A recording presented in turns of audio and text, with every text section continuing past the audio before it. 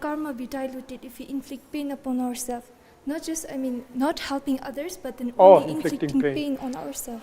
Yeah, that's also a kind of, killing yourself and doing these things is also a kind of hurting others, hurting ourselves. So yes, I would say so. Inflicting pain is also a negative karma. Would you think? I think it's a strong negative karma in habitual.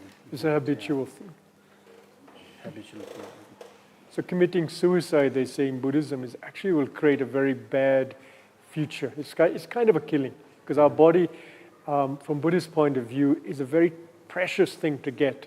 Because if you think of the billions and billions of life forms in the universe, little insects, the things, we can come back as anything.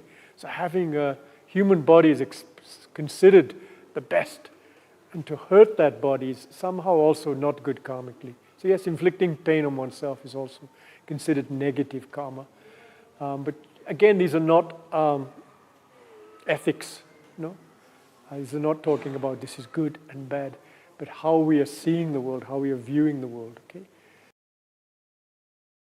So regarding that, Lama, I have seen people who I don't know what we call, but then they go on doing like this and they walk a very long distance. Chafini, we call it chafini. And then they they walk in a long way, and then their knees all are scrapped and they inflict pain upon themselves. So does it mean that they are actually accumulating negative karma upon themselves by doing this?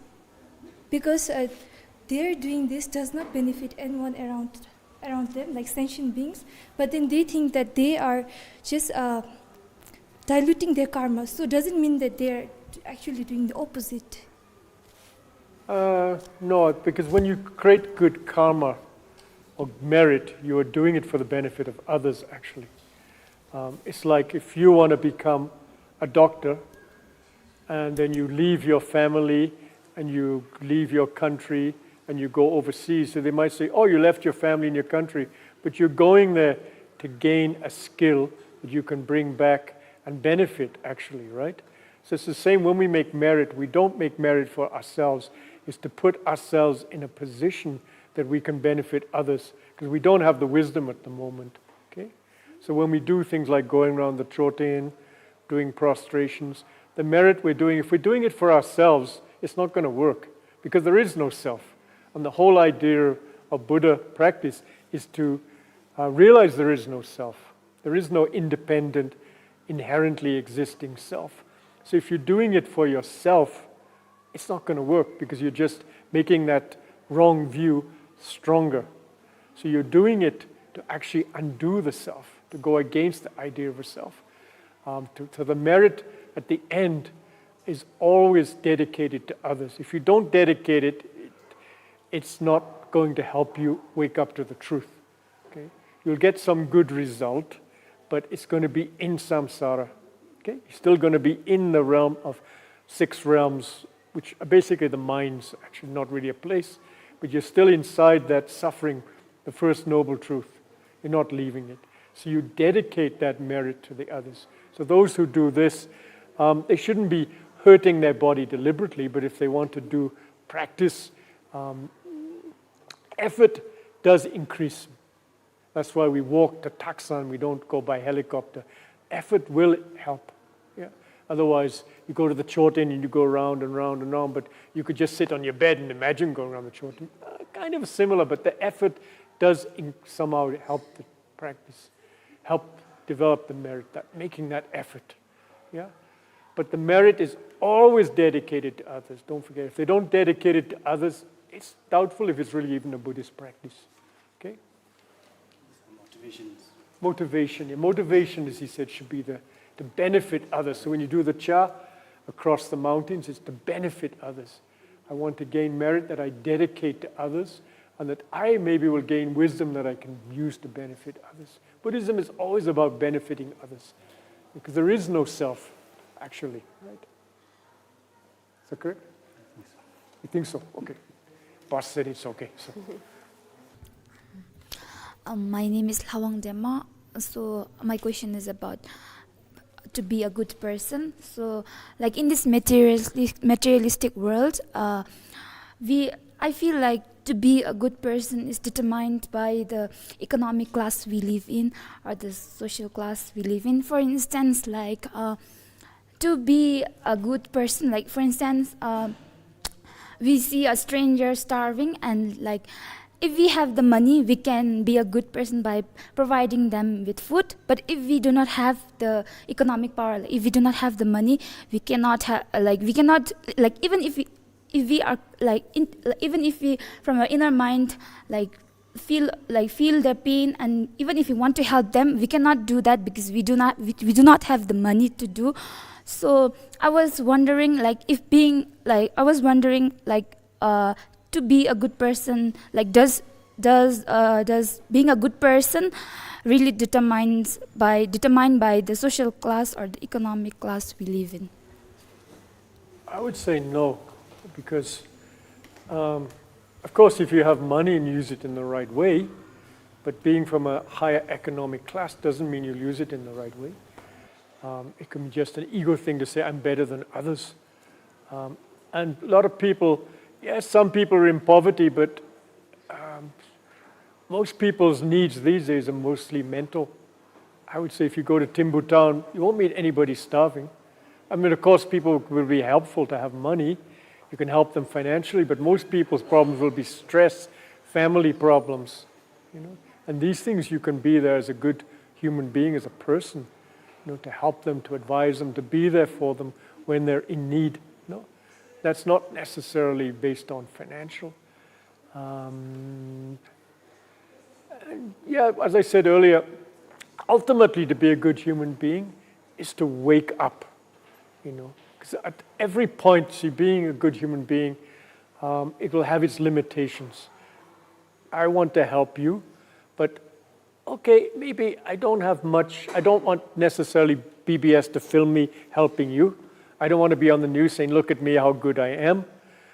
That's the kind of gross level of help. And as soon as BBS goes, then I take the money back and go. That happens a lot. People do it for fame. They do it to get awards, okay? But even subtly, you know, when I have this ego, this idea of me, I give you some money on the street, and at least I want to feel a sense of satisfaction. I want at least to think, oh, my money helped. At least I want to feel that you benefited. I want you to smile. Okay? And if I don't get that satisfaction, that kick, I'll probably stop. Because I'm not really doing it for you, I'm doing it for me. But according to Buddhism, when you realize, you wake up, and as I said, that there is no me. It's like the heart and the kidneys and the liver, sorry. When they realize they don't think to help, they just do it. You know what I mean? This would be called the highest level of compassion, Mahakaruna. There's no I and you. Then I don't care whether you like it or not, whether you smile or not. I don't want anything from this. I just help. Okay? That's the direction we should be going. Of course, while there is still an idea of an independent self, which we can't get rid of overnight, but at least we can work towards that. To work on that, we can look at the 8 worldly dharmas, such as praise and blame, fame and disgrace. And usually we get pulled off our altruistic motives by one of those. We get pulled by fame and blame. We don't want to be blamed. For example, I want people to say, wow, you're good. So I'll only do things in front of people or when people know about it. So you're not really getting the main benefit here. Yeah? And then blame, maybe as a monk, maybe, I don't know, maybe I'm in some city and there's a brothel. And maybe somebody needs help in that brothel. But I don't want to go in that brothel because people say, hey, that monk went in a brothel. So it's not about the person, it's about me, my face, you know, that people will misunderstand, you know. So all these things pull us off being a good human being. Yeah? So you can look at them up, the eight worldly dharmas, praise and blame, fame and disgrace, things like that. Yeah? And these are what usually pulls us off being a good human being. But until we reach the state of egolessness, there'll always be some need. There'll always be, we can't help it. But at least be aware of it. At least be aware, oh, am I doing this for fame? Am I doing this? Am I not helping that person because I might be misunderstood? There's always, you can look them up, the 8 worldly dharmas. Okay? Those are what will usually pull us will distort our aim to benefit others. Yeah? Okay, does that make sense? But ultimately, as I said, Buddhism is to wake to the truth where there is no I, there is no you, like the heart and the liver. It just works naturally. Then, like the sun shining, it just shines. It doesn't care whether you say, oh, I like the sun, thank you, man. And the sun will say, oh, I'll shine on her more. It doesn't care. If you say, oh, it's too hot, I don't like the sun, it's still going to shine.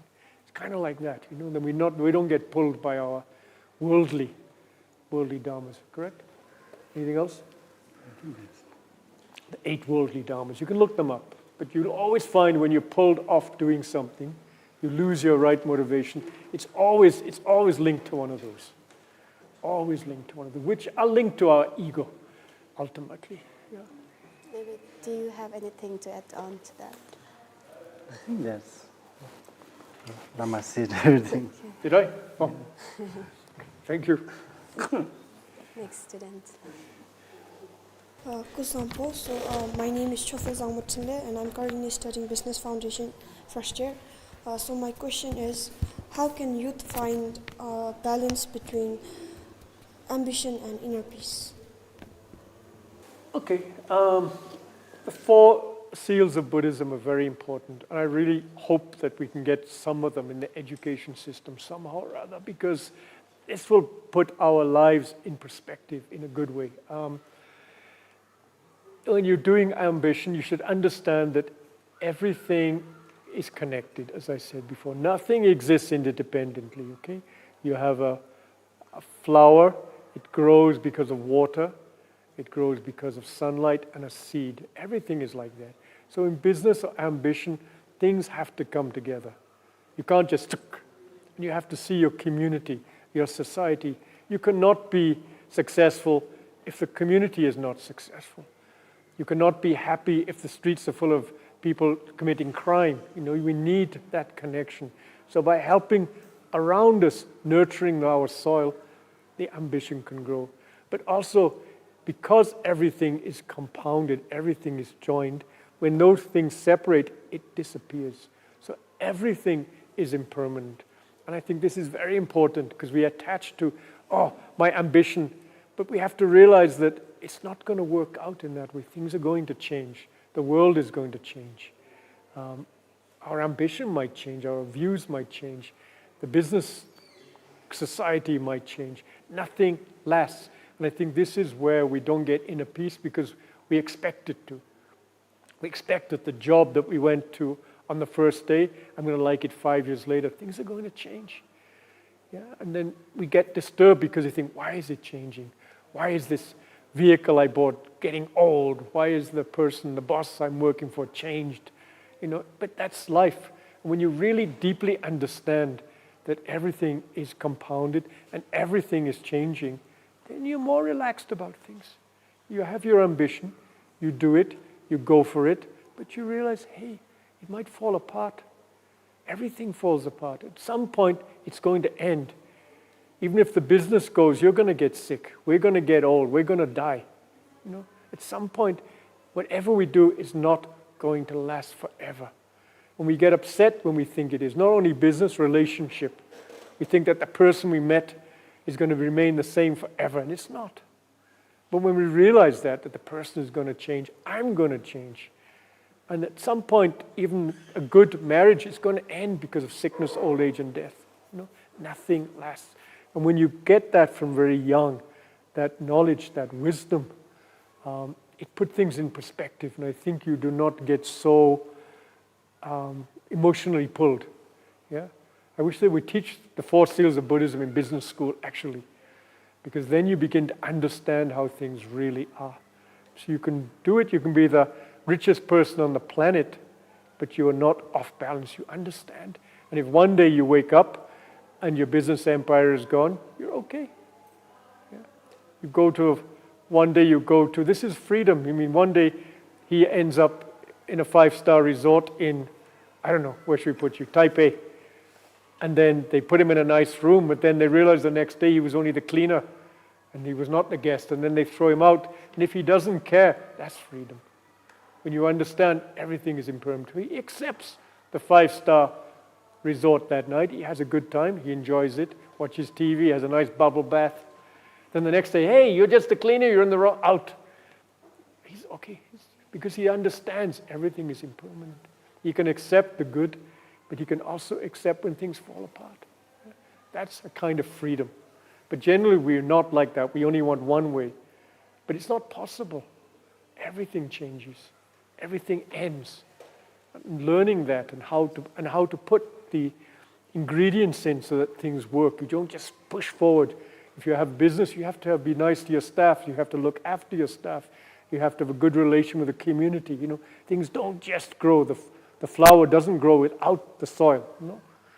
So I think these things are very important. Then your mind is more peaceful. You enjoy your business, okay. You wake up the next day, the world economy has crashed. Okay, I'll do something else. That's the way the world is. Yeah. Like him being kicked out of a 5-star resort in Taipei. Okay, I enjoyed it for one night. Anything? Yes. Yeah. Did you go to a 5-star resort in Taipei? No. Too bad. Next. I once told some of my recovering addicts that 6 senses, I think it cost, or Amun, I've forgotten, it cost a couple of $1,000s a night. And one of the addicts told me, he said, oh, I always wake up at noon. Or if I stay there, then I'll stay awake all night. Because if you have to pay $1,000 a night, so I'll sit on the bed all night.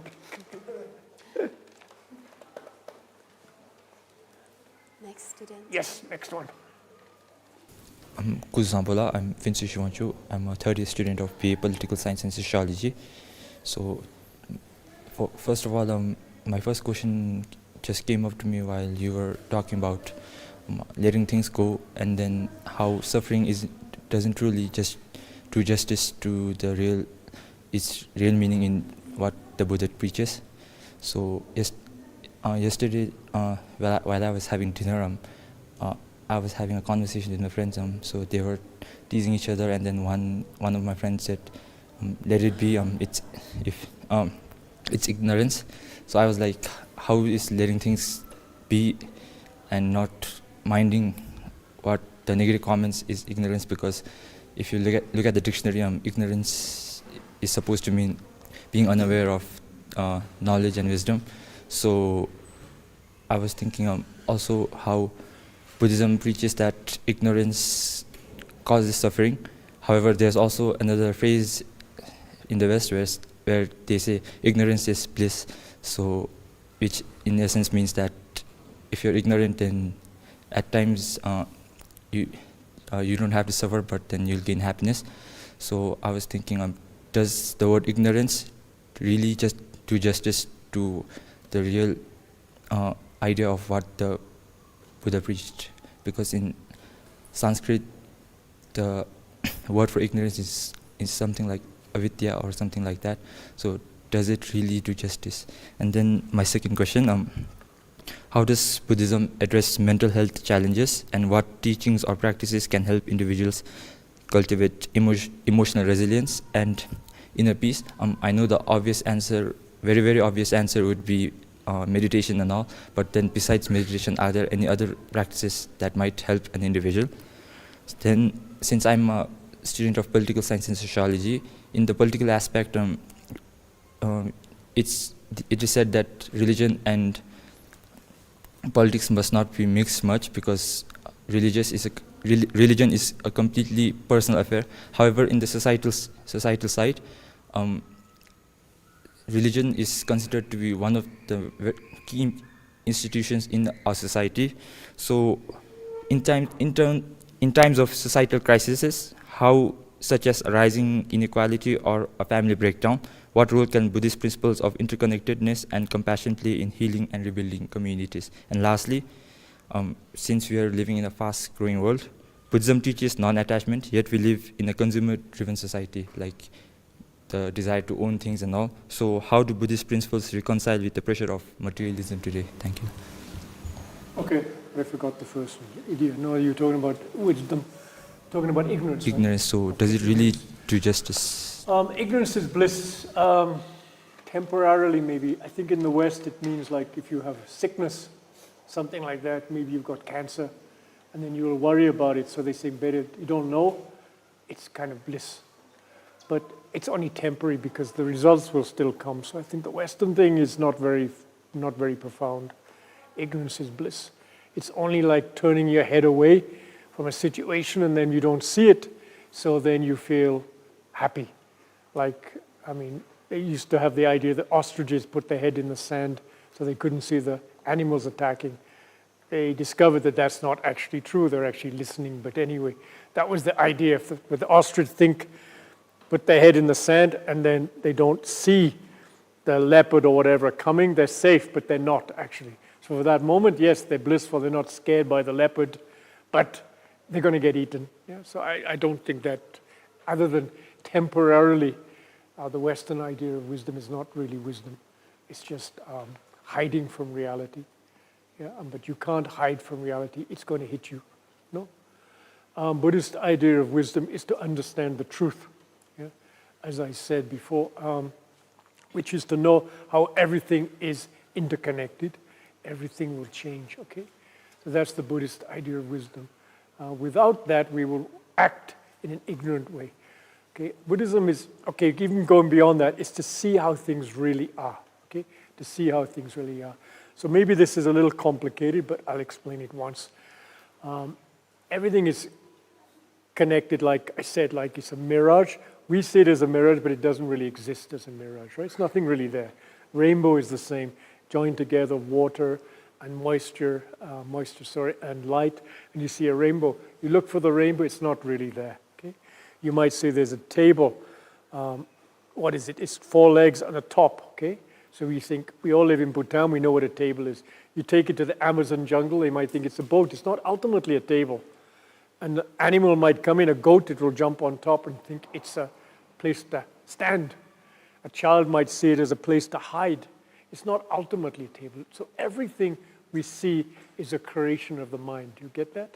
So it's easy to understand from the mirage and the rainbow example, but everything actually is like that. So the example is, I'm going to take Dzongsa Khyentse, which is here, because I think it works, and he's not in Bhutan, so you won't hear that I've taken his example. That it's like you were born in a movie theater, okay? And you were born in the movie theater, and everything you've seen is on that screen, and you think it's real. Like you think the table is real, like you think the rainbow is real, like you think the mirage is real. So you fall in love with the lead actor or actresses. You get scared of the gangsters and the monsters, okay? So your whole life is emotional with these things, okay? So finally, one day, somebody comes in and they persuade you to leave the movie theater. Then you go out and you think, it's not real. It's just a joining together. The table is a joining together of legs and top. The rainbow is moisture and light. The marriage is moisture, light, and heat. And this is like screen, film, electricity, film going through projector. It's just a joining together of parts. From that moment on, you'll never be affected by those things. You can still like the lead character and think, oh, she's cute, or he's cute, or whatever. And you can still get a little scared by the monsters, but not like before. That's called sanity. That's called wisdom. Yeah? Another example is you go to the sechu, and there's a kid, and the kid sees the masked dancers, and he's scared. Okay? He's scared of the masked dancers. So his mother tells him, no, they're just monks with a mask. He kind of wants to believe the mother, but he's still scared. So then maybe some relatives give him an ice cream or some sweets, and he's a little distracted, but he's still scared, okay? So he's been told that they're not real. He's a little distracted, but he's still got a fear, okay? Then during the break, he wants to go to the bathroom. His mother takes him. She passes through the changing area where the monks are, and he sees the monks taking off the masks. From that moment on, he'll never be scared of them, even if he wants to. That's wisdom, according to Buddhism, seeing reality. From that moment on, you are sane. Until that time, you are not sane. Yeah? But in life, we are like that. But the Western idea of ignorance is bliss is a hiding. So that's like giving the kid the ice cream. So the relatives gave an ice cream to the kid to distract him, but he's still scared. He's not seen the mass dance. He's not seen that it's just a monk yet. Okay? It's just, so we don't use that, we use Facebook. Scrolling through Facebook to distract our mind. Yeah? We take alcohol, we take drugs, we go shopping. All these things are kind of distractions to get us away from that sort of kind of pain or kind of, I don't know, boredom or maybe friends who are criticizing us. All that kind of stuff is an escape, okay? So wisdom, according to Buddhism, is seeing reality, okay? So all the practices of Buddhism, whether it's going to a puja and doing all kind of rimdo, or whether it's meditating, everything is nudging you to the truth, actually everything. But if you just say meditate, which is maybe the highest, people can't do it. It's too easy and therefore too complicated. So they do all kind of rituals and prostrations and merit things. Okay? But everything is leading to that point. So that is wisdom.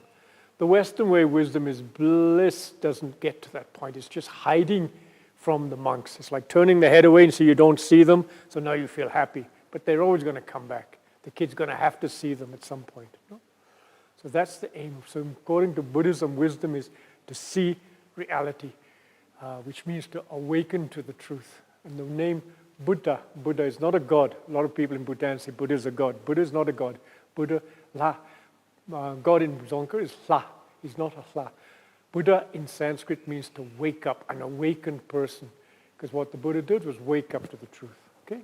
So that's wisdom. Okay? And then ignorance is when you think that the people on the movie are real and you react to them in that way. Falling in love, getting jealous, fighting with others, okay? Hiding from the monsters behind the chair. That's ignorance. That's not sanity. Okay? Is that clear? Does that make sense? Okay.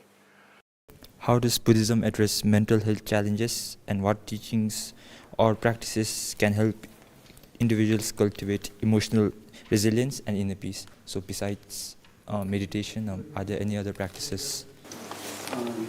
Resilience, when you say resilience, I think we Buddha nature. We have to believe that we have Buddha nature. I think this will give some confidence in us. Then I think if you have confidence, then you will be more resilient to, I think, whatever things we, come with. Right? Yeah. Analyze your Buddhist nature. I think a lot of people, especially people like, say, addicts, they feel bad because when you're an addict, you do bad things. It's natural. You can't blame them. That's the way they are. You're out of sense, and you need money, and you need that drug. Otherwise, you get withdrawal. And then they kind of give up because they feel I'm a bad person. And I think then society, every society, will then say, he's bad, he's an addict. But from a Buddhist point of view, that's not true. Milarepa killed his whole family. None of the addicts I know killed their whole families. It was ignorance. Okay, they usually with an addict's projection is most of the addicts that I worked with had a kind of trauma when they were young, maybe a broken family, not just broken, but usually a dysfunctional family, alcoholics, beating, and are just very traumatized. Okay, so what happens is with alcohol. So I'm going a little off track here, but I want to mention this. So most of the addicts that I worked with, their minds are out of control. It's a pain. It's a suffering. They can't stop it. Okay, it goes round and round and round. So they take a drug as an escape. Okay, it's not a solution, obviously, because they become an addict and also they still have the original problem. Okay, but it's an escape. Okay, the better way would be to look at it. But what he said was, what I used to say to the addicts is, you're not a bad human being. You're not bad. You have Buddha nature. So no matter what you did, as we said before, the Buddha nature is like the sky. And then this ignorance and the things we did bad are like clouds. The clouds never stain the sky. No matter how thick they are, no matter how big the storm, they never stain the sky. Same with the diamond. The mud can be thick. It can be there for millions of years, but it never penetrates. Yeah? So this is a good sense of, I can become a good. They don't give up. Okay, they don't give up. And I think this is what we should do with the addicts: is actually encourage them to realize their goodness, to bring them up rather than punishing them, because punishing an addict usually makes a fragile mind worse. Yeah, they need help to realize that and to bring up their potential. Because out of the 800 or 900 we sent to rehab, I would say the vast majority became quite good. I've got several in Thailand who are working in 5-star hotels, and they just needed that potential. But they kind of give up, you know. So as he said, that knowledge that I have Buddha nature gives a confidence. You know, I'm not hopeless. So no matter how many people say you're bad, you're hopeless, you have that feeling of, actually, I'm not. I have my Buddha nature. I just need a way to find it, you know, to bring it up. So you don't give up on yourself, okay? Yeah, meditation is probably one of the better ones if you want practical. Is when you do the Shine meditation, whatever comes in your mind, you just come back to the objects. It kind of blocks it out. It's not, you won't get enlightened from Shine. It's like you're letting the mud at the pond sink, but the mud is still there, okay? But then we have Hlatong, where you kind of analytical. You can look at your pain. Where is that pain? What is it? Where is the anger from? Is that person who made me angry? I feel something in my heart. I feel something in my head. It's not a solid thing, you know. It's kind of, like everything, it's compounded. It's made up of parts, you know. And then when you take away a part, it disappears. Like if you take off the top of the table, there's no more table. You take away the moisture from the rainbow, there's no more rainbow. You know what I mean? You take away a part. So that can help by looking at the thing analytically. But it takes a little bit time. But you don't have to do meditation for hours. You start with, say, Shine, like 1 minute, many times a day. Then Hlatong, you can just do it anyway. You can analyze. You can be aware of what you're doing. And when you're aware of it, that also can become a little bit analytical because you can realize that things are changing. Nothing is permanent just by doing it, you know. Then you look at things and see how things are breaking down. If you say, for example, with Hlatong, you're looking at a building day after day, you're just meditating, then you begin to notice how it's changing, how the paint is coming off. So you begin to understand that. So I think Buddhism with youth first is to, as Lam Shenphen said, we have Buddha nature. So no matter what you've done, you're not a bad person. In that you're not condemned to be bad, okay? So that doesn't mean from the criminal system that you leave people running around murdering people or committing crime. You might have to isolate people. You might have to lock them up because they're creating problems, hurting others. But we never give up on them. We never think, this person is bad. That's not a Buddhist concept. Buddhism always believes that we are innately good. We have basic goodness, okay? So we don't give up on them, okay? No matter what they've done. And I think as a human being, we also think that about ourselves. Yes, I did a lot of bad things because of my ignorance, but it doesn't make me a bad person. And I used to tell addicts, being an addict doesn't make you a bad human being. It does not make you worse than me. In fact, it might make you better than me. But it is going to mess you up. It's going to mess up your lives. You need to deal with it. But don't think it makes you a bad person. Then secondly, you can look at what the causes are, the pain, where it's coming from, why you're reacting it in that way. Yeah? It's not a solid thing. You can just look at it and not always react. When you get some pain, you don't always have to fight. You don't always have to react. You can learn to watch. And then you realize that that thing that's so making you so angry or frustrated doesn't really exist. It's kind of a thing in your mind that you created it. So then it loses its power over you. No? So in Buddhism, we don't aim to be calm. Buddhism is not a therapy. Buddhism is to realize the truth. And that's a path. But at least on the way, you begin to get some wisdom. When you finally get it, of course, everything changes. Like the kid who saw the mass dances, take the mass. Once they see it, it's finished.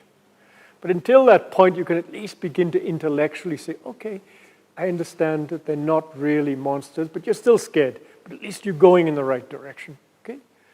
So I think Buddhism has a lot of methods like that, okay?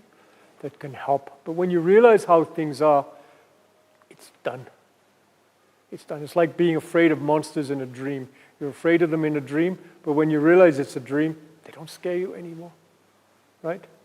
So that's kind of it. But it's a path. It's not that instant, but you go in that direction. Does that make sense? If it doesn't make sense, you can argue back. In times of social crisis, such as inequality or prejudice or family breakdowns, what role can Buddhist principles of interconnectedness and compassion play in healing and rebuilding communities? Anything? Family breakdowns? Oh, Your Eminence mentioned about how realizing can solve some such problems, but then in terms of prejudice, if the prejudice goes on for too long, give me an example of prejudice. discrimination. I mean, like what? I mean, usually we talk about prejudice, discrimination, like racial, but we only get that in families, no? What do you mean? Let's say gender-based discrimination for now. So then a man has been discriminating a woman for multiple years, but then by the time he realizes, sometimes it's too late, and then the damage has already been dealt. So besides that, discrimination is from ignorance. Of course, it could be from the family, the way the families have dealt with, in like gender discrimination for years. Maybe the family was very patriarchal, so that's what they learned. Okay, but then I think in the modern society we can analyze. Buddhism is very analytical in some ways. We can look at it, but I think if you really want to practice on a practical level, not necessarily on a higher level. We talk about empathy. I don't really like the word compassion. Compassion has a feeling of I'm compassionate to him, but I'm higher than him. Empathy is like putting yourself in their shoes. And I think we should all do that, you know. You should think, how would I feel if I was that girl in my family? How would I feel? We sometimes forget how we would feel.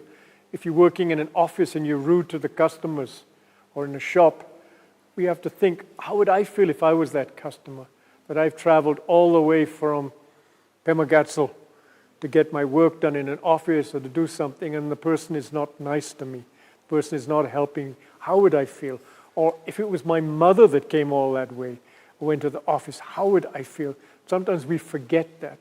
So empathy is a strong thing in Buddhism. Empathy. Putting yourself in other shoes. And then when you put yourself in other shoes, I think then you begin to understand better. Yeah. So ultimately, of course, seeing reality, all these prejudices drop away in Buddhism. There is no prejudice. There's no prejudice of male, female, anything. There's nothing like that. It's all gone.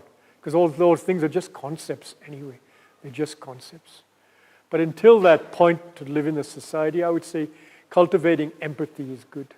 Putting yourself in other shoes and saying, how would I feel?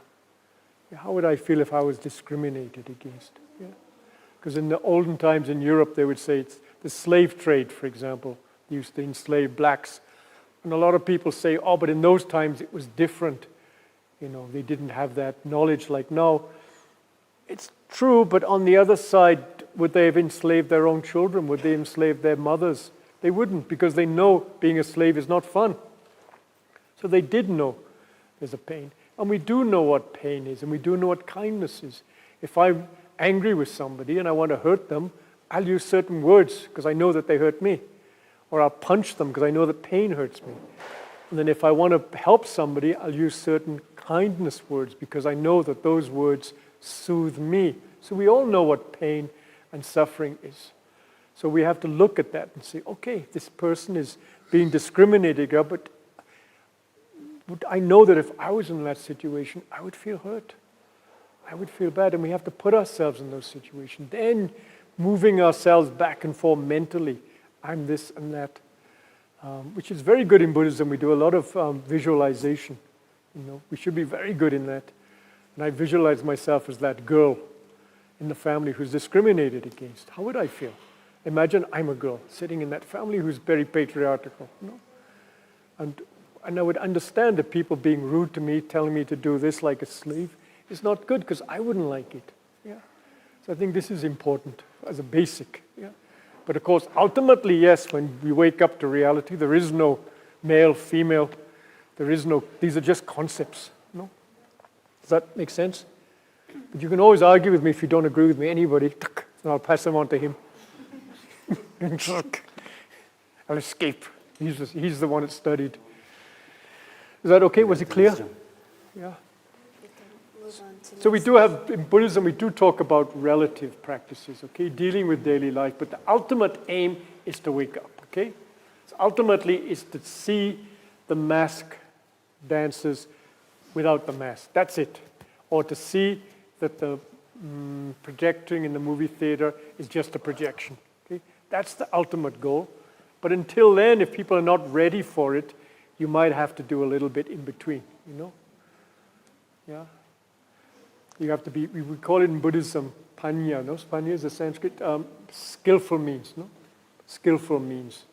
So there's another very typical example of Buddhism, which is similar. This is a traditional one. The ones I gave you are more modern, that you go into a room at night in the evening, and then you're about to sit down and you see a snake, cobra maybe. So how do you react? Panic. You're scared. And then people come in and then they realize, people look for the window and they think, it doesn't look like a snake, it looks like a rope. So that person's not going to believe them. So they might say, okay, move to the side a little bit, relax, don't talk. They calm them down, okay? Until finally they can get them into position to get them out of the window. And then they say, see, it was only a rope. Okay? But at the beginning, they might not be ready for that. No, they might not be ready. So you have to work with relative things here. But the ultimate goal is for that person to realize, oh, it's just a rope. From that moment on, they will not be scared of that snake. But in telling them that, they might not believe you. They might think, no, it's a snake. Get me out of here. I think, okay, I'll help you to get out. You know, you have to do something which is at that level. Okay. So Buddhism has different levels relative to the ultimate. Okay. Kusongpula. My name is Chamin Chike, currently pursuing my bachelor degrees in Becom Finance. Since most of the doubts are already cleared, so I would like to ask only one question, and that is, how do Buddhist philosophical views on existence and non-self shape one's perspective on death? On what? How do Buddhist philosophical views on existence and non-self shape one's perspective on death? What was the last word? Death. Oh, death. You're probably better at this. You want to try or me? You try. I think contemplating on impermanence, I think we can realize that death is just transitory. And then actually, when we realize the truth, actually there is no death. It's just a dream happening. It's just a dream happening in our dream. We believe that it's real. As it's waking up from the dream, it's just death itself. That is not happening. It has never happened actually. And that is the overall view of how Buddhists will see as death. Rama can. Yeah, basically that's it. It's a concept. Like I say, that's a table.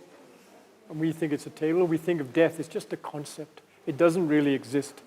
So the body will decline. So the physical body will pass away.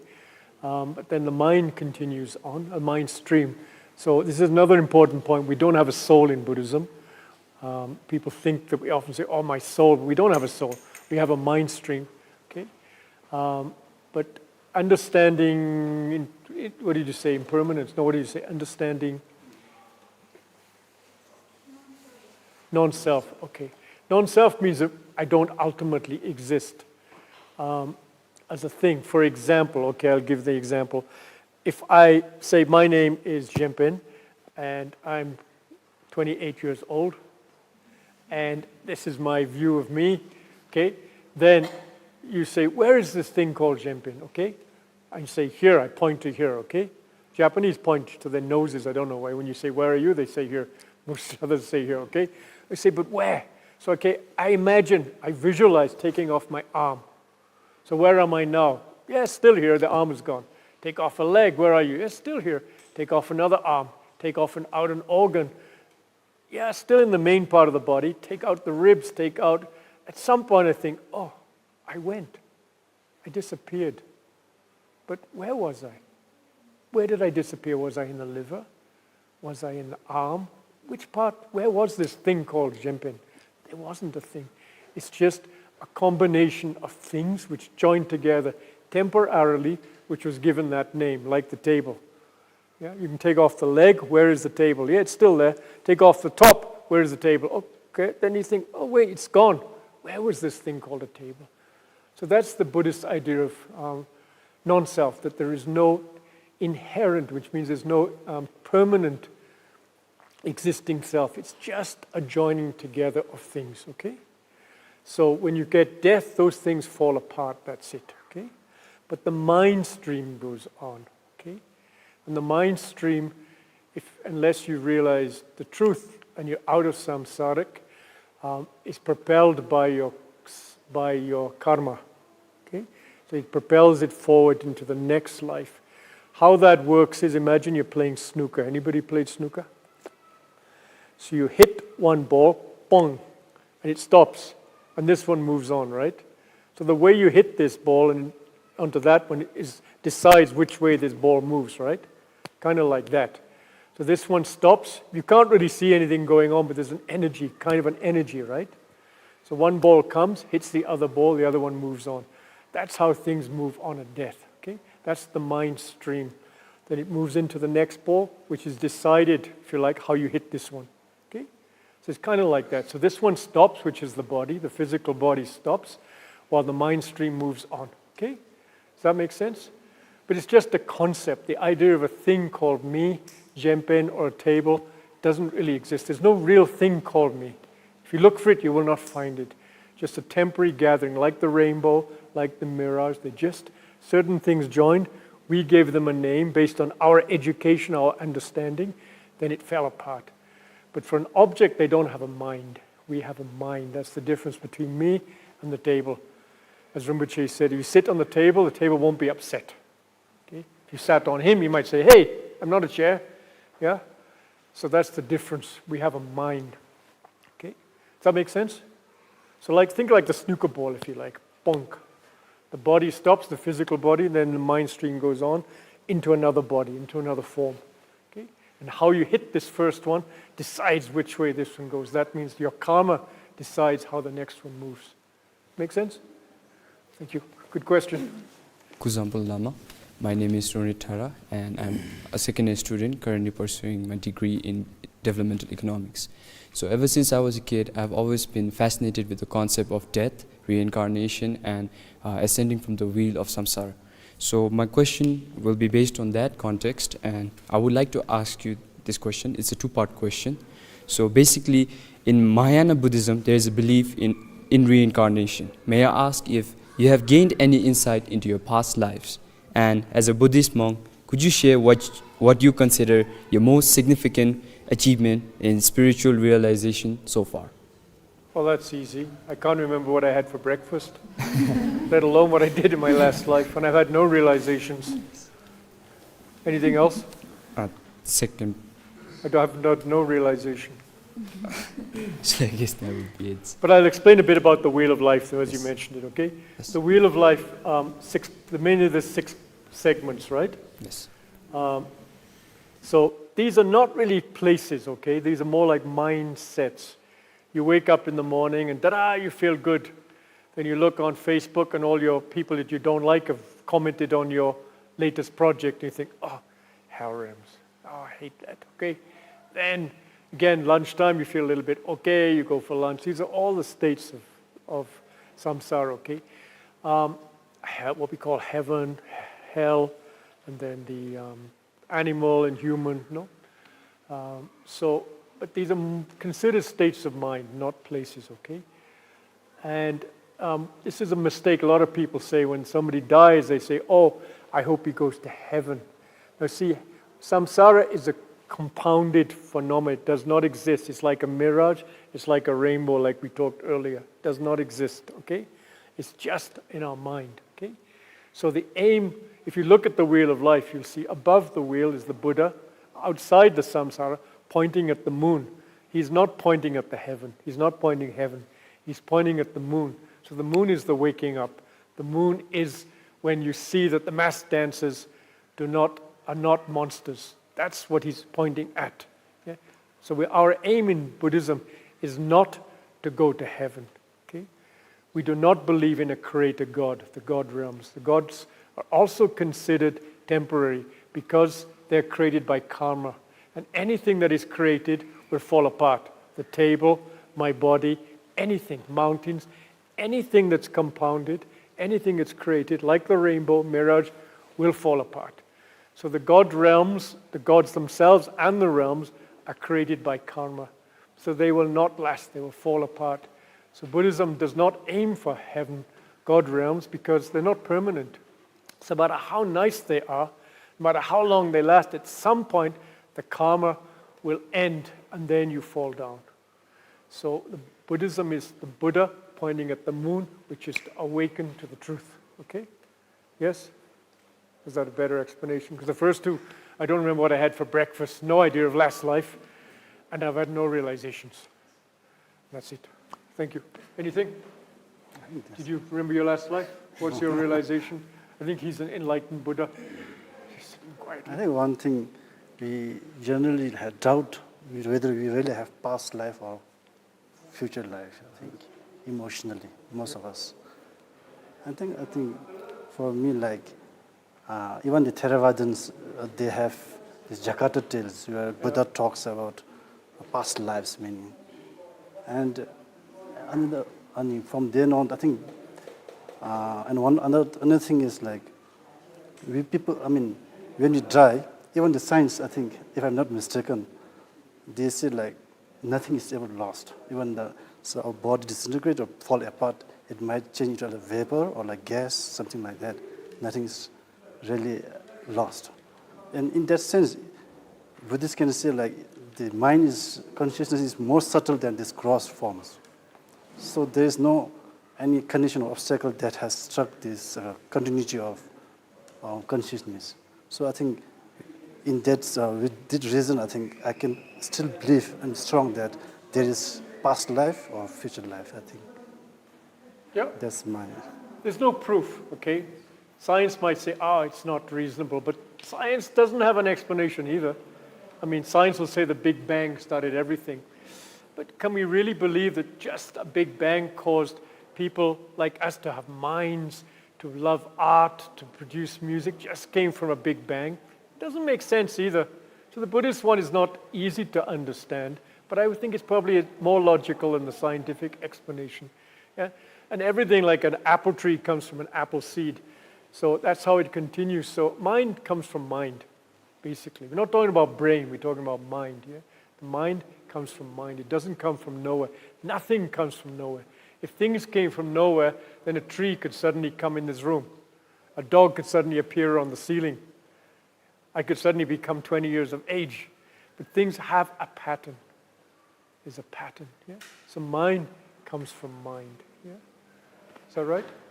And one thing is, I think, there are many research going on. I mean, people like interviewing people who can remember the past life. I think this is a very good thing we can believe in. Yeah, people have gone. They've gone to cities in Middle East, and then they've shown exactly where the roads were and everything. And when they've looked, they said, yeah. Actually, I have witnessed myself personally. My brother, I think, he's not a lama. He's not took anything. He has, recall his past lives, everything actually. His father, even his animal, horses, his parents, his sons, everything, I think. Some of the tulkus do, no? They show them past things, no? Yeah. Which one was yours, that one was mine. And so people say, that was my monastery from very young, no?